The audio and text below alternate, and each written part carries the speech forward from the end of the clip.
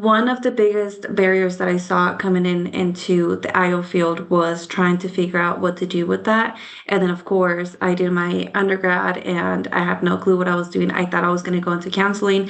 And then I ended up I finished my undergrad and then took a break and then decided I wanted to go back and get my master's. And then I really tried to figure out what I wanted to do. And I ended up going um, for IO psychology. Sorry, it's been a long day. And what I found out was that there wasn't a lot of information like from the school to tell you what was it that you needed to do. My advisor didn't really understand the field, even though it's been around for a while. And I found a lot of resources towards the end of my school journey or academic journey. So it wasn't until like literally the last semester of school that I started looking into internships, that I realized I needed to start networking, that I needed to start figuring out like what kind of job titles I needed to start looking for, because none of that was ever a discussion for me. And so I figured, well, maybe we can have people come and share some of their background with us and figure out if they can teach us how or share their insight on what do they do, how do they get into these roles? Because I know I don't know if everybody here is an IO master's, undergrad, or doctorate, but a lot of times you don't see like IO titles, IOE titles. Like you usually see change management or leadership development, or I mean, you can get all kinds of different titles, but you don't see the IO specifically. Very rarely do companies look for IO psychologist. And then, of course, that varies. Like in some states, you can't call yourself a psychologist, and in some states, you can't. It just really depends on where you live and what your level of education is and your background and all that good stuff. So, Justin, were you wanting to share a little bit about what you're here? Yeah. Can you hear me? We can hear you. Okay. I'm an undergrad currently, a senior. I'm trying to debate between doing a master's and PhD. I applied to both. I got accepted to some, so I'm trying to figure out what the advantages to either would be. Okay. So, what have you found out so far? I suppose the difference is the master's is normally more applied. It's a lot quicker. But then it can be a bit more difficult to get into some of the higher up positions. Some of the jobs require like twice as much experience in different things. I see that a lot. But then a PhD, you spend more time in school, you get more specialized, but also opens up more positions. Okay. So, are you leaning towards either one of those decisions just yet? Are you still kind of like, I don't know what I want to do? Yeah, I'm kind of in the middle. I think I'm leaning a little bit more towards a PhD. Actually, 2 days from now, I'm gonna go to one of the campuses and tour it and talk to the professors. So I think that'll give me a better idea of what I want to do.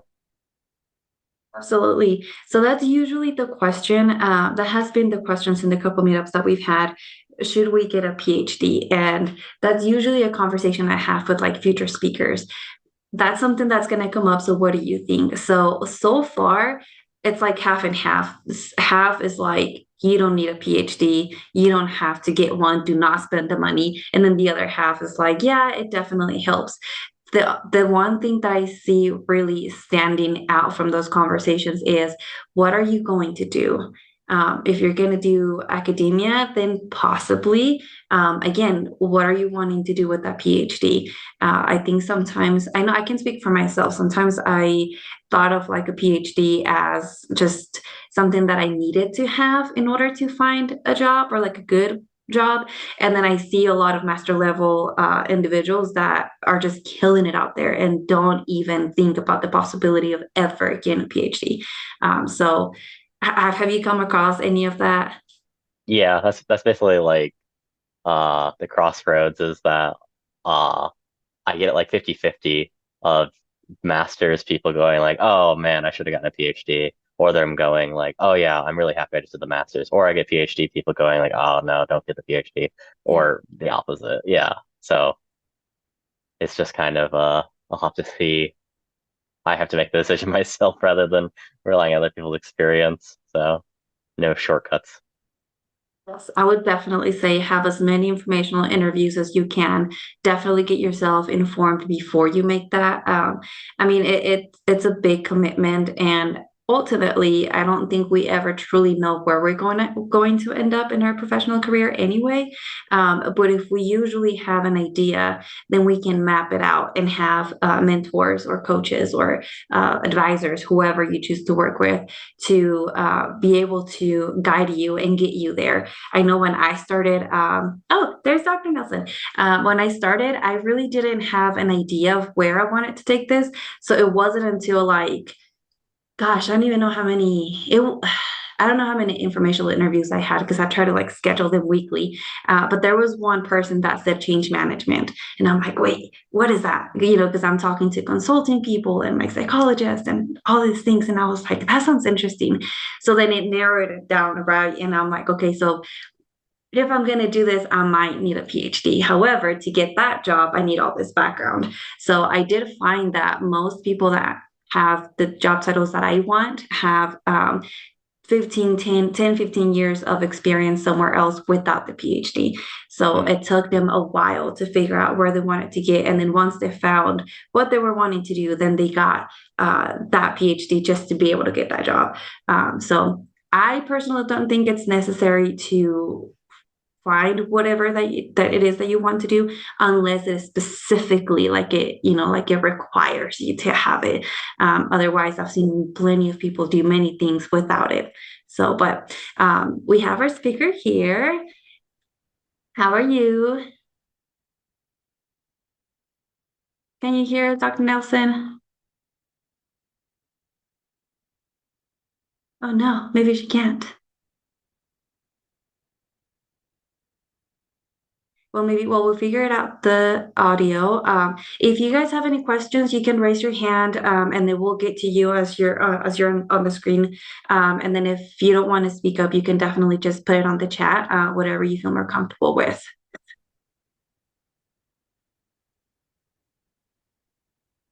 Can you hear us, Dr. Nelson? I can hear you. Can you hear me? Yeah, now we can hear you. I do apologize. I've been fighting with my computer, It um, happens. and fighting with Zoom, so please accept my deepest apologies. No worries at all. I get like a little bit of anxiety every time I have a meetup or like a Zoom thing because it'll either update or it'll do something weird and then I have to log in and log. It's just so no worries Right. at all. So I want to Awesome. introduce Dr. Nelson, tell you a little bit about her background. I am going to read her bio so I get it right and I do justice to all the stuff that she's done. Dr. Juliette Nelson is a transdisciplinary IO psychology researcher, practitioner, mouthful, love it, certified diversity executive, published author, entrepreneur with experience in program project management, data collection, analytics, and implementing solutions to foster employee psychological safety, engagement, and performance. She holds a bachelor's in business and administration, in management, and an MBA from a Mountain St. Mary College and a PhD in psychology. She specialized in IO psychology from Capella University. In her role as a personal research psychologist for the federal government, she's responsible for developing competency models and assessments to support employee learning and development. She also collaborates with cross functional groups to leverage research and evidence based and data driven strategies to increase employee engagement, decrease turnover, and foster DEAI. I'm sorry, I got it wrong. As the founder and CEO of Junuri, am I saying that right? Perfect. Dr. Nelson works with students, professionals, and small business organizations to support their learning and development. Over the past 7 years, she has offered academic coaching to students up to the doctoral level. So if you need any help, she can definitely help. with tools and resources that support their academic goals, especially during their dissertations, thesis, and research. She supports professionals with job preparation and achieving other professional goals. In her book, Sharing My Lens, The College Experience, she shares some of the gems that prove to be valuable in achieving an engaging academic experience throughout college. Given her experiences, she is intentional about being an agent of motivation, inspiration, and encouragement to the world around her. So just a complete awesome person overall. Dr. Nelson, can you tell us a little bit about how did you get started to even do all of these things?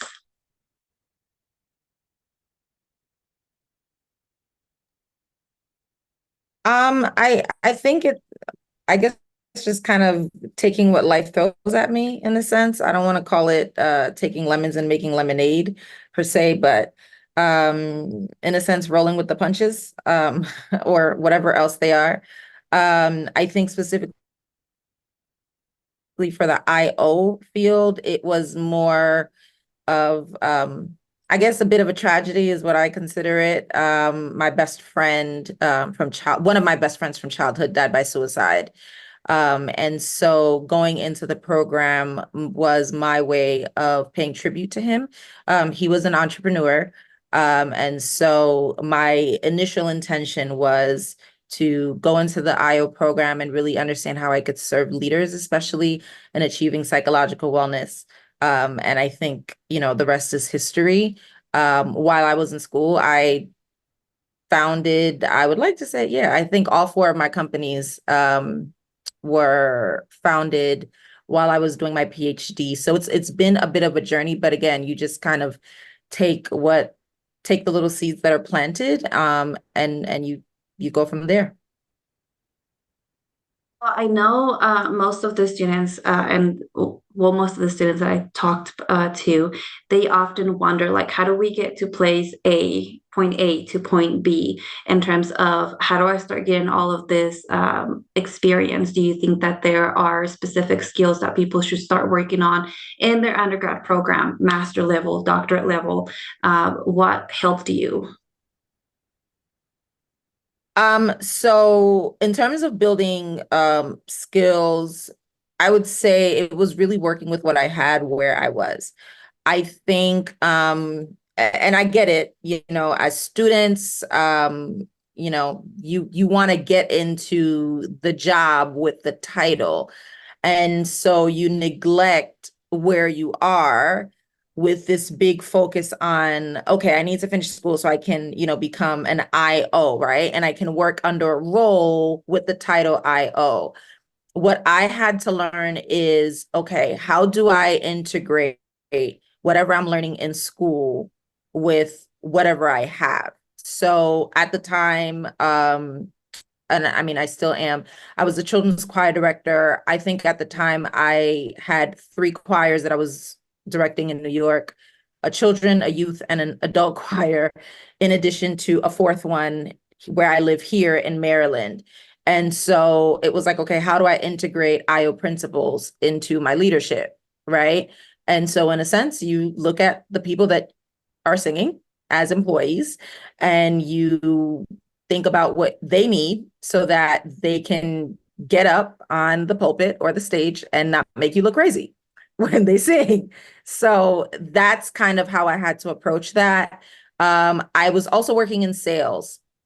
And so I did raise my hand to be an employee engagement champion. They were looking for employee engagement champions to help drive those initiatives across the organization and integrate them in the smaller business units. So I raised my hand. And again, of course, you're not having access to the full plethora of data. However, you work with what you have, right? You use the results from the employee engagement survey, even if it's a small PowerPoint that you put together and you show it to your manager. Guess what? You reported results to your manager, and that's what you can slap on your resume. And so that's kind of what I did. I also worked on building my transferable skills, right? And what I always and often tell my clients, whether students or professionals, you never divorce yourself from where you came, especially if you're not starting in the human capital space. So where I am now, I do work as a personnel research psychologist for the federal government. However, working in sales, I can say that my role in sales, working as one of the program managers for a strategic contract for the Postal Service, that's what prepared me most for the role that I'm in now, because we did a lot of customer surveys. I sat a lot with, legal, compliance, brand, marketing. So there's so many different, there's cross-functional collaboration. You're leveraging data, you're conducting focus groups and so on and so forth. And even from a employee perspective, I had to look at how my program impacted employee operations and then pull the right people to say, okay, how do we ensure that, for example, customer care centers, customer care agents are not getting hundreds of thousands of calls, right? So again, you're conducting your own assessment, you're conducting your own evaluation, you're reporting the results to your leadership, to a cross-functional team. And again, you put that on a resume. And when you're trying to build a business case for moving into an IO specific role, you have a little bit more of these transferable skills that you can transfer right into the role. So that's kind of what I did, worked with what I had where I was. I think that's often a common idea of, because IO is so vague, and I mean, not so vague, but it's just so vast. There are so many things you can do with it. I think taking everything that you have, everything that you know, all of the jobs that you've ever had, I think ultimately really help you get where you want to get. So I think what you just said is literally that, like being able to use all of the skills and making sure that you're using them appropriately whenever needed. So tell me more about whenever you're starting in this, very, like, you just graduated, you get your first job, what do you think is the one thing that students get wrong the most? Say that again. You said after graduating, getting your first job, what is the one thing that Let's get wrong the most. they get wrong? Mhm. That it's gonna be peaches and roses. I like to think of it. My first job was at Marshall's. I was 16 years old, and let me tell you something. A $50 paycheck, a $25 to $50 paycheck that I worked hard to make was a lot of money to me. I felt like I was a millionaire. You couldn't tell me anything. Really, I could have purchased something. I could have walked up to a real estate agent and was like, listen, I want this property, this big mansion, 10 rooms, and equal bathrooms. And you couldn't tell me anything. I felt like I can conquer the world. And then within 3 months, I was like, wait, this is trash. Whose idea was this? And I think it's just a normal thing where you're going into this new experience and you're extremely excited. And then the little bubbles and excitement start to pop. I think as an IO, unfortunately, because you're working in the human capital space, you become more privy to the horrors that a lot of employees deal with in the workplace. And sometimes you are on the receiving end of them. And so you're having to kind of process this experience. And I think when we're students, we're just envisioning this peaches and roses, and I'm going to change the workplace, and I'm going to transform, and I'm going to impact. And, there's more red tape than we imagined, right? Or, we're getting more no's, we're getting shunned, or we're not getting the credit we thought we would, or, people are not even recognizing what IO does. I know I had a manager who, when I told him, I said, I want to kind of take diversity and inclusion at the time from more of a research focus. I want to do some more research as it relates to diversity and inclusion from a sense of let's collect data, let's conduct some barrier analyses. But that manager's response was, oh, you're so good at looking things up. And again, that's something you may experience where, or more than likely will experience, where oftentimes people don't know what to do with IOs. They don't, when you say taking a research focus, for them, they're thinking, oh, I have to put this thesis or this dissertation together, but they're not thinking of it from a perspective of a root cause analysis, a barrier analysis, a focus group, leveraging, numerical data, right? They're not looking at that. So I think that's kind of a little bit of the bubble that might get popped coming, transferring from studenthood to real lifehood in a sense. And for some of you, you might already be in a role. And so once you graduate, that's where it's like, oh, I'm so excited for me to apply all this knowledge. And you realize that some people might be more resistant to it. So yeah, I would say those are, I guess, the long, short version of some of the things that, you might get wrong. I would definitely agree. I know that once I graduated, I'm a first generation student, first generation. So I graduated and I thought, okay, I got a paper. Now I'm just going to sit and wait for people to come and give me a job. And it doesn't work that way, guys. There's a lot of networking involved. There's a lot of learning. It's almost like I remember the very first professor I ever had for psychology, and he said, like, being a good psychologist is knowing that you don't know anything. And that was just right here the whole time. I'm like, I graduated, I did very good in my proposal, and I have all these good grades, and I'm an honor student, you name it, right? And then I got out and I completed, and there was no more advisors. There was no more papers due to show how good you are at something. I mean, it's like, it's the wild, wild west out here. And trying to really find something that resonates with you, and then learning the work environment. And then, as Dr. Nelson is saying, there are so many things about the field that we don't know just yet. We have the knowledge, but we don't have the the historical data, or the history of just coming into a workplace and trying to make changes. Sometimes people don't respond very well. Sometimes people don't want any change. They don't want to hear how better it can be. And that's challenging. I know for me, at least, that's been my experience of like, oh, wait, we got to learn how to have these conversations, because those are tough conversations. So I know I heard you on the Work Quickie podcast, and I loved what you said about being authentic and being yourself. And I think as young professionals, when we go into workplaces, I think we may be a little we may sometimes try to blend in into the organizational culture and try to change ourselves. And sometimes we have to stop wearing what we would normally wear to a professional setting, because everybody else is wearing suits and ties, or our hair might be different. I'm covered in tattoos. I just got more, and sometimes we can feel like, okay, maybe I got to cover those. Can you talk to us about that? Because what I heard on that podcast, I wish everybody could just hear it. Your perspective on being authentic and being yourself, everybody needs to hear it at the beginning of their professional career. So Yeah. I mean, it's not white and black, I will say. And it's a journey for everyone. I think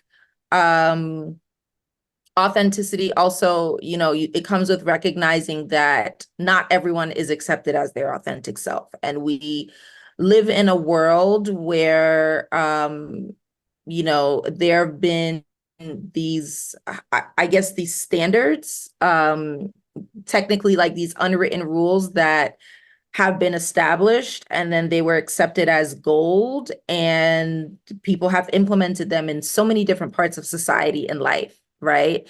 And so now we have these concepts about dress and hair and so on and so forth, for a lot of things that might just be considered harmless, right? So I would say that there is a journey. I think for a lot of us, it's a matter of kind of learning yourself. But I think what I've learned is that I do not want to be in a space where I'm not accepted, right? I understand what it's like to be tolerated, where they know right now you're all they have, right? And they're not ready to fire you just yet. So they kind of put up with it, but it's not that you're really accepted. And you hear that through the comments. You hear that through, for me as a Black woman, through the microaggressions, through the jokes, the backhanded compliments, and so on and so forth.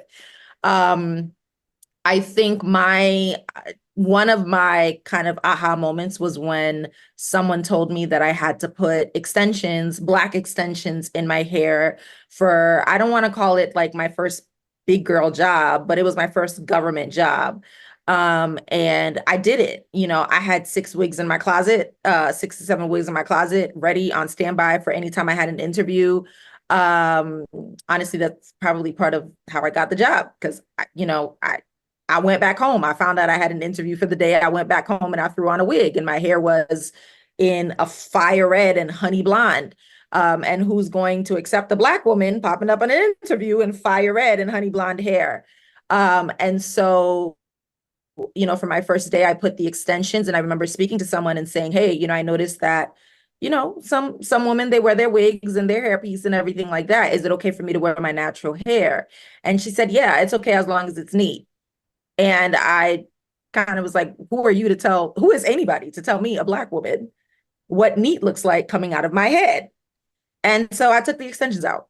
And I said that if I'm wearing extensions, I'm going to do it because I feel like it, as I am right now, because I don't feel like having to comb my hair. So I'm giving them a break, but I'm not doing it to feel accepted. And so there were moments where, people have seen my hair color and they're like, oh, it's so cool. And I'll tell someone, oh, well, I'm kind of thinking purple. I'm kind of thinking blue. And they're like, oh, well, I don't think the director's ready for that. And I'm like, well, looks like we're gonna find out. And so I did it. And instead of hiding behind it, I had to embrace it. I also had to recognize that not everybody would like it, not everybody would accept it. So it does come with comments. It does come with phone calls that aren't returned sometimes. And I give myself the space to process that. But I also do know that those spaces where it doesn't matter, I can thrive. I can be myself. And so that's kind of how I stepped forward. And I found, again, in being my full authentic self, some opportunities have opened up. It starts conversations. For some people, it's a learning opportunity, right? One story I shared on the Work Cookie podcast, and Jeremy gave the notes. I don't remember which episode, but it was on the Work Cookie podcast. And it was about my eyewear company. And I'd gone to one of the biggest expos for the company with my team. And at the time, my hair was in blue and purple. And it so happens that one of I don't want to call him one of the big times in the eyewear industry, but he has a quite big company in the eyewear industry. He also had blue and purple hair. And this is a white man, like an old white man. And he was like, hey, we're twins. And I'm like, hey, we're twins. And it didn't matter. You know what I mean? Like what I had on my hair, I didn't have to shrink under it. I didn't have to hide behind it. And so I shared with him that, I taught in South Korea. We just got to talking. So I kind of told him that was where the inspiration came up. And he's like, hey, let's keep in touch. So I added him on LinkedIn. And he goes on my profile and he doesn't see my eyewear company blasted all over it. And he's like, wait, she's an industrial organizational psychologist. What is that? And so we ended up connecting. I ended up commenting on some of his posts about how he manages his team and how he's been able to keep them motivated and coming back and so on and so forth, and how he's been able to support employee wellness and so on and so forth, especially through the pandemic. And so when we connected, he was like, wait, I knew you were an eyewear designer. That's, I saw the purple and the blue hair. That's why I wanted to keep in touch. But you're an industrial organizational psychologist. And so that opened up conversation. And now he was able to really get more insight on what we do, what our field does, and how that looks within the eyewear, the eye care space, where perhaps a lot of our research doesn't get translated. So, I share that story to say, listen, someone will see and someone will appreciate it. And that could be just the small little, the small little seed that's planted that, opens up another opportunity. So. Think finding by being yourself, I think you find the right people to be around that are going to help you grow, that are going to help you get somewhere. Sometimes I can, again, I'm going to speak for myself. Sometimes it can be very easy to try to impress the right people and try to do the right thing. And I think it really boils down, in order to survive and get somewhere in life, anywhere, any area of your life, I think you really just have to always be yourself. And that can be so hard sometimes because there's so many messages coming at you left and right all the time, that it's almost necessary, like you're saying, taking that space and time to process. This happened. I don't feel really good about it's making me feel weird. What is this about? And definitely having that support system around you makes it so much better, easier. Right. I mean, I And I don't think think it's it. okay. I would also say it's okay to evolve. It's okay to adjust. Mhm. But you have to again determine how can I evolve? How can I adjust? How can I hold space for other people without compromising who I am and my authenticity, right? It's okay for us to grow as people. It's okay for us to improve as people. Your best self at the moment can be trash, right? It can be a toxic individual, right? The same way we have toxic managers and toxic workplaces, you know, in their authentic, not best self, but in their authentic self. There we go. And that those are authentic spaces, you know, those can be unhealthy. And so it's okay for you to say, okay, I want to grow, I want to evolve. But again, how do I do that while staying true to who I am? I think another thing is sometimes folks don't even, we don't like the unknown. So I think some folks don't want to entertain what the unknown will be like, even if it's for their good. I Yeah. think that's why a lot of us, you know, if we're in a toxic work environment, and a lot of employees, you'll find that in your research, they will not leave the job that they're at because they say, oh, it's financial security, or, you know, I get good benefits, or I have childcare, or I have whatever, not realizing that the next workplace could be 10 times better. Yeah. You know, I know for myself, I was in a workplace where, you know, I had chronic illness. And so I had the opportunity to go to the hospital and get my treatments. But while I had an IV in my arm, I had to work at the same time. Mm. And then fast forward, you know, I'm constantly being told, oh, well, you know, you need to think about the fact that they let you go get your treatment on the clock and take your lunch break to drive to work. And then I moved to a new role where I get the time off to go get my treatment. It's not a thing. Okay, take half the day, right? I get unlimited personal leave. And when I had, you know, when I was grieving the loss of my best friend, I recognized that had I stayed in that workplace and kept saying, oh, well, you know, there's this little perk that they're giving me, I would not have been in a workplace that gave me the space and the tools and the support system for me to grieve the way I needed to grieve. And so, in the same sense, when it comes to being your authentic self, especially as a new graduate in the workplace, you know, you kind of have to think about the fact that sometimes they'll say, well, you can't come out with your tattoos. Hey, you can't come out with your hair color. Well, I guess we're going to have to find out if it keeps you up at night, or if it takes a penny away, or if your, you know, your bills don't get paid because you saw my tattoos or my hair or whatever the case may be. Yeah. I think that that's very powerful because at the end of the day, like you're saying, however you handle all of this and your mental wellness, it has to be priority, and it can be very Yeah. easy left behind when we need to pay bills and Oh, when we're responsible for our family. Especially right after school, we tend to be in that desperate situation where we need something. We either got to pay our loans or we got to pay whatever. mhm.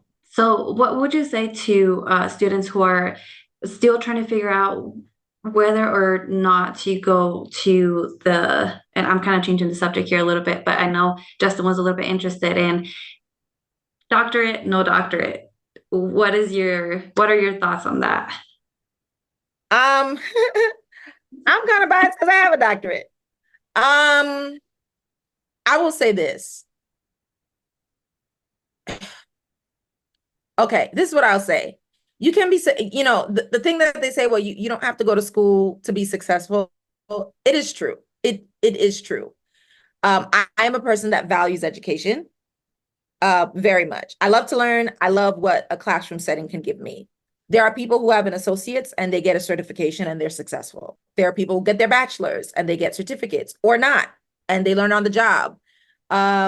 So I think when you're going into from the graduate level and up, right? And I'm talking from your master's to PhD, you really do want to kind of think of what is my purpose in doing this? Um, and perhaps what am I hoping I'll be able to do? Um, and then take it from there. There's not, you know, getting a master's and or a PhD, I don't know that there's one perfect approach. You can get an IO job with a master's degree. You can get an IO job with a PhD, or you might not. right? You know, the job market is tough, and it's not restricted to one group of people over the other. So I guess that's what I would say. I think it's really, what are you looking to do? Now, there are some opportunities that come with being a PhD. You know, if you want to be in academia, there are some schools that require you to have that terminal degree. You know, I know, working for the federal government and working in the federal government space, there are some IO psychology jobs that ask for you to have a graduate degree in psychology. Some ask for you to just have a bachelor's, you know, a degree period. So in some cases, and from what I've seen, I would say more few than some, the PhD is beneficial. You know, it is helpful to keep in mind that PhD does focus on a lot of research. It's very, very, very, very research heavy. And so if research is something that you do enjoy, if, you know, if you want to kind of deep dive a little bit more into what that looks like, it's not that you can't do that with a master's degree or even with the bachelor's degree, right? You can partner with people to co-author different empirical research. But if that's something you want to kind of deep dive more into, go for it. So again, I think it's more, you know, your purpose and kind of what your North Star is. You know, it's nice. I get that some people want to do it for the title, but I will say you are putting your mental health and your sanity at risk just for a title. So I would say do it more for, you know, a sense of purpose. You know, if there's, you know, more you want to gain, if there's more you want to explore, if there's more you want to learn, and you believe that doing a PhD is that route for you, sure. But, you know, with a master's degree, a bachelor's in IO, you can get a certification in DEI, you can get your SHRM certification, you can get a project management professional certification, you can get a Six Sigma certification, right? And leverage those to drive results in your organization, coupling that with what you know as an IO. So that's what I would say to that. If anybody has any questions, please feel free to ask. What was that process like for you trying to figure out whether you were going to get the master's and then moving on to the PhD, or did you always just knew this is what I'm going to do? I'm going to have my doctorate. How was that for you? I'm gonna say this. My father spoke life into me. I'm the only child. I'm the only girl, alpha, omega, beginning, ending, and I hope it remains that way. You know, they've passed their prime, so I hope there's nothing else for them to provide to this world in terms of children. But I say that to say my father, it was a lot of pressure on me, I would say, growing up. To kind of, my mom always said, like, I don't have 10 kids. So like I can't say, oh, okay, well, you're not doing the best, so let me count on the others to see if they'll give me something. Um, but my father always spoke life into me. He always called me Dr. Lawyer President since I was a kid. So perhaps, you know, my parents saw in me what I did, and yes, I'll say my parents, they saw in me what I perhaps didn't see in myself. But initially I was set for law school. When I was an undergrad, I wanted to go to law school, and I chose to do business because I found out I didn't need a pre-law degree to go to law school. Once I graduated with my undergrad in business, I went to South Korea as an English teacher, to work as an English teacher. And I got to a place where I was kind of like, I don't know that I should be going back to law school. And I will, to be fair, I did one question on the LSAT practice exam, and I shut the whole thing down. So it could have been I was intimidated about the LSATs. I don't know. But I kind of was like, I don't think I want to do that. I want to see what the business degree did. And it's not that I couldn't be a lawyer. It's just, I don't know. It was just something was like, okay, I don't think this is the right move for me right now, going straight back home. So I had to call and disappoint my parents, my West Indian parents at that. And in Haitian culture, you know, there are only a few careers that are respected. For a kid, you're expected to be a doctor, lawyer, engineer, or failure, or nurse. That's it. Everything else is just failure. And I think those mentalities are changing a little bit. But yeah, I kind of had to call my West Indian parents and disappoint them. But I got back and I right there, Anita. So you part of the nurse crew, right? So when I got back, I had to set out a plan for myself. I did have a dream school that I wanted to go into. I knew I wanted to study international business or international relations. So I wanted to go to Holt University, and I had a plan for that. I said, okay, if I can get into Holt University, then I'm gonna do this international business thing. Otherwise, my other option is to do an MBA, which is a master's in business administration, and a master's in international relations. So those were the two paths I got. I got back to the States, and I got a job working in a corporate compliance company. And I got notice from my alma mater, my small little college, that they were giving 25% off to alumni to do their master's degree.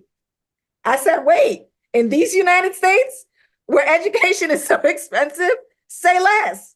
I'm there. And so that's how I got into the MBA program. And that just, that was the plan B. I never went for the degree in international relations.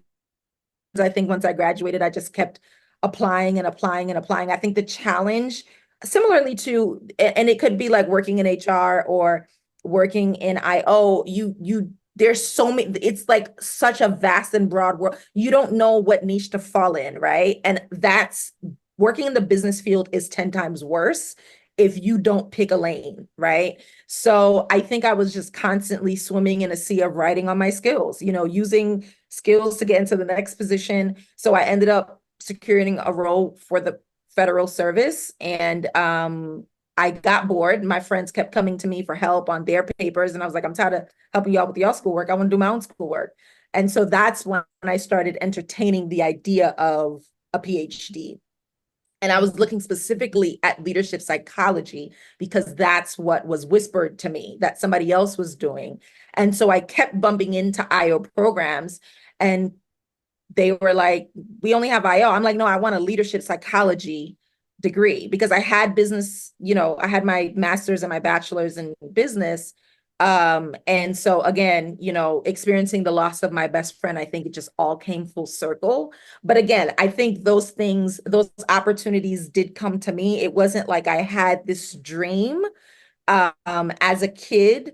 But again, life does come full circle. I think I've achieved everything that my father has wanted to do in his lifetime, except for become a lawyer. And now, I am considering, law school, but I have more of a focus now and saying, okay, maybe it could be from an employment law perspective because I'm working as an IO. So looking at how I can really integrate everything that I do. And again, going back with the purpose, not just because I want some letters behind my name. So, yeah. I think that's key, really understanding what is it that you truly want and listening to yourself while you're exploring and growing and experiencing different job roles or titles or having different jobs. I think it can really help you really see, okay, is this something that I'm interested in? Yeah. I don't know. I know I put in almost a decade doing counseling and substance abuse. And that was a job that I applied for. I thought, I'll just do this for a couple of years till I figure out what I want to do. I have an associate's at the time. I could get licensed under somebody else. And I figured, it'll just get me something within the psychology field and I'll figure out what I want to do. And it's been a roller coaster of just different experiences that ultimately led me to where I am. And I completely, I heard whatever you said, even like the very first job that you had, all those experiences, how you handle situations, how you communicate with others, how you let those experiences that are tough and difficult and challenging shape you and help you grow. I think it makes a difference because then you land a job later in life and you realize, wow, like my counseling skills are just really helpful right now that I'm trying to do something else and in the IO field. And I used to think like, what am I going to do with a counseling background? How is this even going to resonate to anybody? And the more I talk to people, it's like, no, like you have the listening skills and you have whatever. And it really does help you get where you go, but you have to be very intentional and being present in every Yeah. single one of those moments, even if it's not super fun and, it's not the best job. There's always something that you can take from that. And I want to add to that. I think you explained that and you shared that beautifully. Because I think especially in this world that we live in, I don't know if this is the most professional term, but since we're in an informal space, I guess, I kind of see the world that we live in as like clout chasers, right? We chase every single trend and we do it blindly. It looks cool. It's going to get us followers. It might get us an extra penny. Like, let's go for it, right? And unfortunately, it forces us to it forces us into these boxes, right? And forces us to be inflexible, right? And I see that comment, I'm going to respond to that as well. But it forces us to be in these boxes and inflexible. So I've had clients, resume clients, and I'm like, okay, so what are your professional goals? What are your ambitions? Well, I want to be the CEO of a company. You are fresh out of undergrad. It's not that you can't. You can do anything, okay? You can make it to Mars. You know what I mean? Like, look at the powers that be and what they're doing. But again, it's like we take these things from social media and from people who we perceive did not have to struggle to get to where they're at, and who we also perceive do not still struggle now, right? We look at the Mark Zuckerbergs and the Elon Musks, right? And all the big times, right, of this world, and we look at them as if they don't have issues. I'm pretty sure they're on all types of things to address blood pressure and high blood pressure and all of that, because it comes with the territory. And so I say that to say it's so important for us to be flexible, right? Being okay with enjoying every part of the experience. And as you said, the good and the bad, right? I think the beauty about being an IO is you have the opportunity to give back to your younger self, right? Think of that first job you had when you didn't know any better. And, maybe you didn't like I know my first job was my worst job. And I told my manager about himself. And I remember telling him, I said, I'm going to become I don't even know what I said. And I think at the time I said I was going to become a lawyer. And I said, I'm going to make sure that I take down horrible managers just like you. And I stormed off. I do not recommend you trying that in the workplace. But, I was a bold 16-year-old.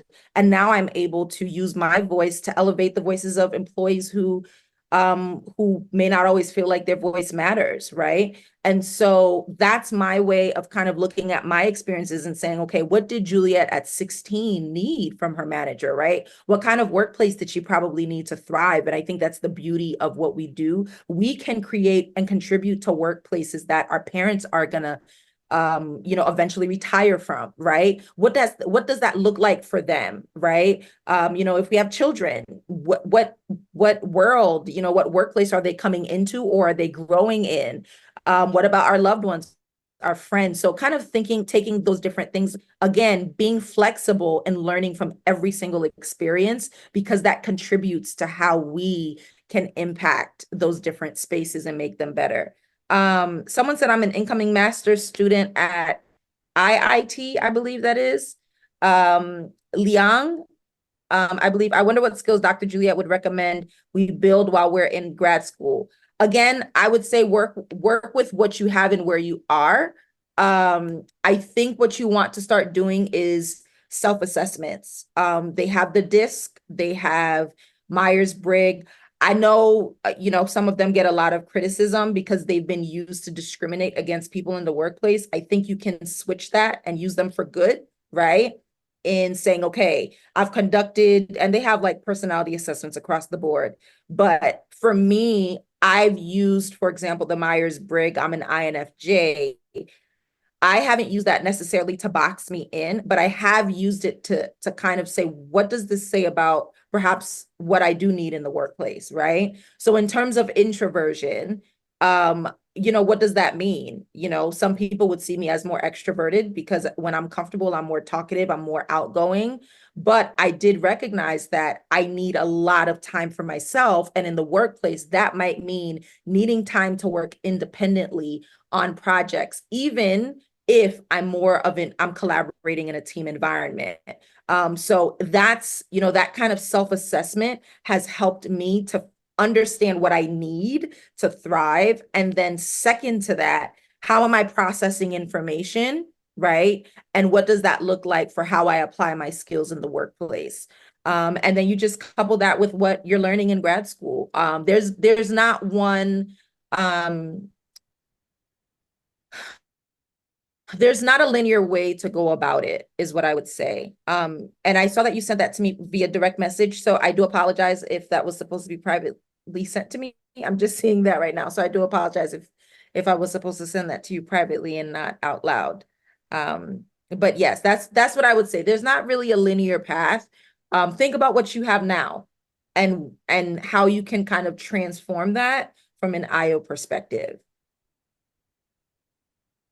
Awesome. I think we can be our best teachers, knowing I know some of those assessments can really teach us what kind of professional we are, what kind of person we are when we're working with other team members. I know I took one, and I can't even remember what it was. I was working with a mentor at the time, and we figured that I am more of a I don't even know what the right term was, but it was like a doer. So there's the people that think and come up with all the ideas, and I love to see things through. So that's so then she recommended, like, you got to find thinkers. You got to find people that come up with all the ideas and pair up and then Yep. work together to be able Yep. to come make these ideas and goals into fruition. So I think that that's the best thing to do, just to take all of those assessments, and then eventually, if you're planning to use those in your work, you'll know exactly what it feels like to take them. You'll know exactly what goes through your mind while you're taking them. So that also helps when you're guiding people through that. Absolutely. And it also, to your point, it helps you in understanding how you can better build your network. It's not, I love a challenge, in a good way. So I find, again, to the point of even being introverted, depending on who you ask, they will tell you I'm not the biggest peopler. I did have a manager who put that on my performance goals. Like, I'm gonna need you to come in and say hello to a few folks outside of your normal route to your desk, because I really was just to myself. I didn't want to be bothered. But it also helped me to be able to network with those people who were more comfortable with, saying hello to the stranger in the elevator, or, going to the company holiday party. And they're okay for advocating for you as well. They're okay with doing that. They're okay with saying, hey, have you met Juliette? She does this, she does that.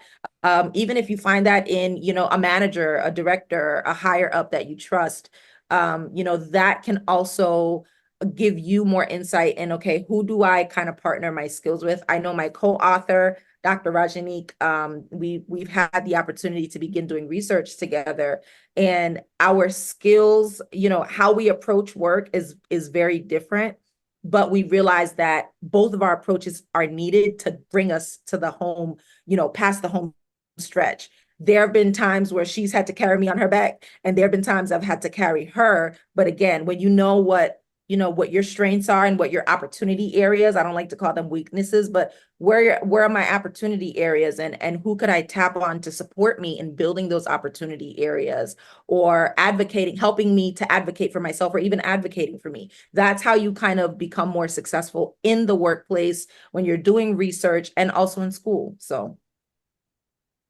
Perfect. So I really strongly believe that we grow by doing. So what are some actionable steps you think everybody in here can take after this call to be able to implement some of the knowledge and wisdom that we got today? if I mean, student or not, what I would encourage you to do is do a self-reflection. What do you have in your bucket, right? In terms of your skills, in terms of your strengths, in terms of your ability. And if that's all you had, what would an IO do with those to impact the workplace? And then start from there. Sweet, And I'm short, sure and you'd simple. be surprised by what you find. Yeah. It sounds simple, but I know just sometimes thinking about what skills do I have, and then you go down the rabbit hole of, do I have any skills, and then you get into that little imposter Right. syndrome, Imposter and then you get syndrome, right. into a little bit of So I think it's really good to know what you're really good at and be confident, and then so whenever you are called to step up and show off the skills, you no longer go back to feeling like, oh, maybe, Yeah. you've already done all of that because you've done your self-reflection, you've done your Right. homework. Mhm. Another thing that I wanted to add, what you were saying earlier too, is start networking now, like today, because you are possibly, I'm going to assume that we're all bad at it when we start. It's awkward and you don't know how to do it and you don't know how to show up like yourself. So I think that's also something that I remember when you were saying about networking. Make sure you start now. Don't wait till you graduate. Don't wait till you have the job. Don't wait until it's the right time, because that when the right time comes, you want to be confident. You want to feel like yourself, and you just want to show up uniquely just as you. And you're going to have to feel comfortable with just saying hello and saying all of those things, because it is uncomfortable. I am an introverted person. I work at an office by myself, and it's a team of 3. And sometimes just getting up and saying hi to my team can feel like, do I really have to do this? But you do. It's just the little things you do every single day. So whenever the right person shows up, or maybe you might be the right person for somebody, you'll have that ability to have a pretty easy conversation, and it won't feel awkward. Because one thing I really don't like is those awkward conversations where you're like, just be yourself. You're making me feel Every uncomfortable. introvert's worst nightmare. Which kind of takes me back to the cloud chasers. Like, let's just be us. Let's just be like, just struggle. Let's just keep it real, because really, truly, like, how many people really get up in the morning and have it all together? Nobody, nobody. And I think with social media, it can be such a great tool, but it can be such a huge just demolisher of dreams. Being aware that everybody's human, everybody's started somewhere, And and we're all learning. yes, We're all learning. You can find the content creators. People are at different levels of people are at different stages and different levels, right? And so you might have someone who says, I'm a training expert, and they've never worked in a training role in their life. So, in some cases, people will put out who they are. In other cases, some don't, right? And again, just because of how you meet someone, it doesn't mean that that's all you see, right? There is struggle to it. I tell people that about entrepreneurship. The dream is free, but the hustle is sold separately, and it's extremely expensive. And so, the same thing when we look at people with their jobs and working in academia and doing, all of these different things, we think it's the easiest and the rosiest experience. And it's like, no, there's work that goes into it. So yeah, there's definitely elevated heart rates at all job yeah. roles. Yeah. Well, Dr. Nelson, thank you so much for sharing your wisdom, Absolutely. sharing everything you shared with us today. I feel good. I'm going to go do some self-reflection. Do you have anything for the students before we go? Well, I do want to say thank you for your patience. I know I had every technical difficulty that could have been a technical difficulty, but I do appreciate your patience. I guess to close out, I would just say be kind to yourself and be kind to others. Absolutely. There you go. Just easy. Just keep it simple. Be nice. All right, everybody. Well, I don't know how late it is where you're at, but just have a wonderful rest of your day. Do some self-care, take care of yourself, do some self-reflection, and we'll see you in 2 weeks. So thank you, and have a wonderful, Everyone. wonderful day. Bye-bye.